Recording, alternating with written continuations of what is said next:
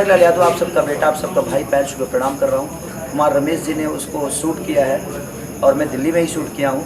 Angle music के official channel पर release हो रहा है यूट्यूब पे। तो आप ढेर सारा प्यार और मोहब्बत देकर उस गाने को इतना बड़ा इतिहास की तरफ ले जाइए कि जिस तरह आप हमेशा खेसारी को बड़ा देखे हैं, करते हैं। मैं चाहता हूँ कि एंगल म्यूजिक को भी ऐसे ही प्यार और आशीर्वाद दीजिए और सब्सक्राइब करिए, ढेर सारा प्यार करिए, लाइक करिए, शेयर करिए।